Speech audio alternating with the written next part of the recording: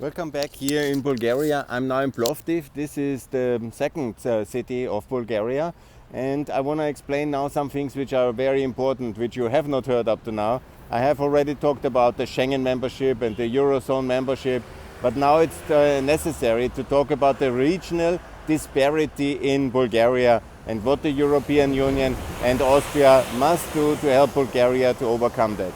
Because when you look at the Greater Sofia region, you have already some kind of level of 90% of the EU average. That's very good. And also Plovdiv, it's quite a dynamic industrial town here in the center of Bulgaria. It was once the cultural capital. It has a lot of Byzantine and Ottoman and Bulgarian and all these traditions. It's a really nice town. But what is the problem? The further you come to the east, the poorer the regions are, and some in the north and in the east, not the coast, but in between, they are at whatever, 40% of EU GDP only. And why is that? Because the socialist, centralist traditions of all Central and Eastern European countries have not been overcome.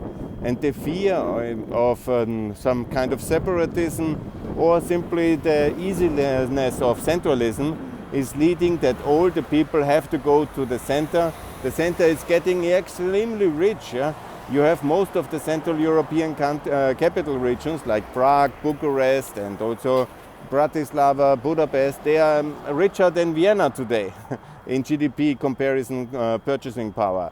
You know, that's quite impressive result for 15 years or 20 years enlargement, and really we can be very proud about it. But where's the problem? We have not decentralized these countries, and they don't have federal systems like we have in Austria and Germany and in America and Canada, where you have regional governments, where you have economic power devolved to the regions, where you have political competitive federalism inside the country, not to somehow promote separatism like in Catalonia, but to support decent European economic governance on the regional level based on competitive federalism. Real decision-making power, real taxation power, real economic development and regional and infrastructure development authority on the regional level. Power to the regions is power to the people, power to the SMEs. And this logic has not been very much consistently implied, neither to some extent in Poland, it's going very well. Some extent not really in Czech Republic, not some extent in Slovakia, but in Hungary, no. In Bulgaria, no. In Romania, no. And in none of the Western Balkan countries. Why? Because they all have the fear federalism means dissolution. And then they are afraid of the Hungarians in Romania, the Hungarians in Slovakia, everybody somehow of the Hungarians. No. But in a way, yes. And it's of course connected to history and the internal imbalances and fragilities of these countries from Romania, Bulgaria, Hungary, Slovakia, but others as well, but especially those. And of course in Kosovo and in Serbia, you know, and in ex-Yugoslavia, obviously the fear of dissolution is so high that they don't really give any kind of power to the regions. And then the EU is always saying do regional development agencies because they are the Europe of the regions and nobody is really interested. And then obviously you don't have this fight for the resources, for the streets, for the infrastructure. You have a very nice capital everywhere. That's like the business card for everybody. All the people from the regions have to move there, and we are in a mess. And here in Plovdiv, there is no better way than to say this. We need regional self-regulation and political representation. No whatever centrifugal kind of forces to be released, but simple what we do in Upper Austria, in Carinthia, and Tyrol, in Bavaria, in North Rhine-Westphalia. And yes, the regions from time to time will be small. Maybe they have only 500,000 people, but maybe they have also 1 million people. And it's of course, you know, a new way of making politics. You will have a fight for resources on the national level between Plovdiv region and Varga and Burgas region, learning, and Bansko region and Wieden and Rusen, and I learn all these regions now. But you know, you need 6, 7, 8 regions. They are competing, they are cooperating, they are like competing to mobilize all the land resources.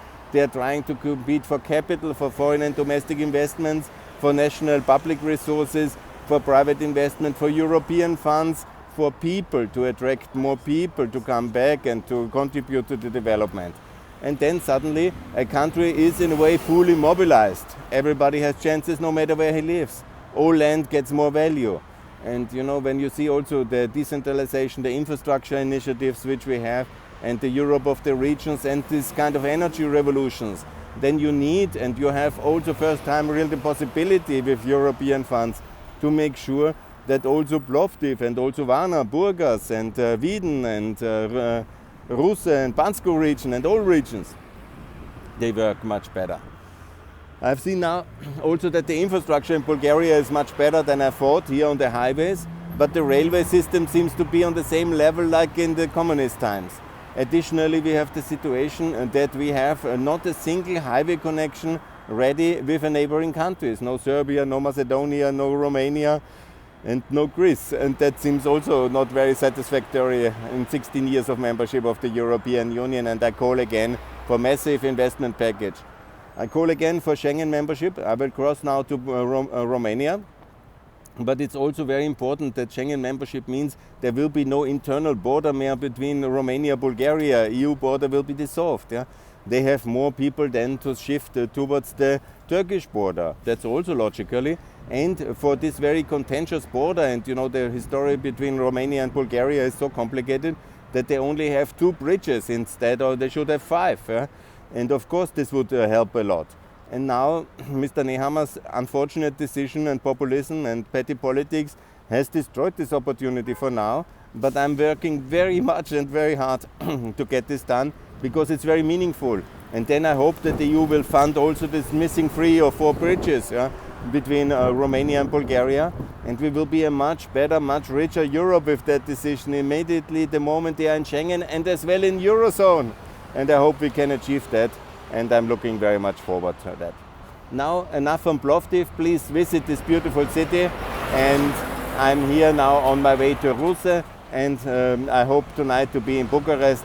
And please support Schengen membership of Bulgaria and Romania, Eurozone membership, OECD membership.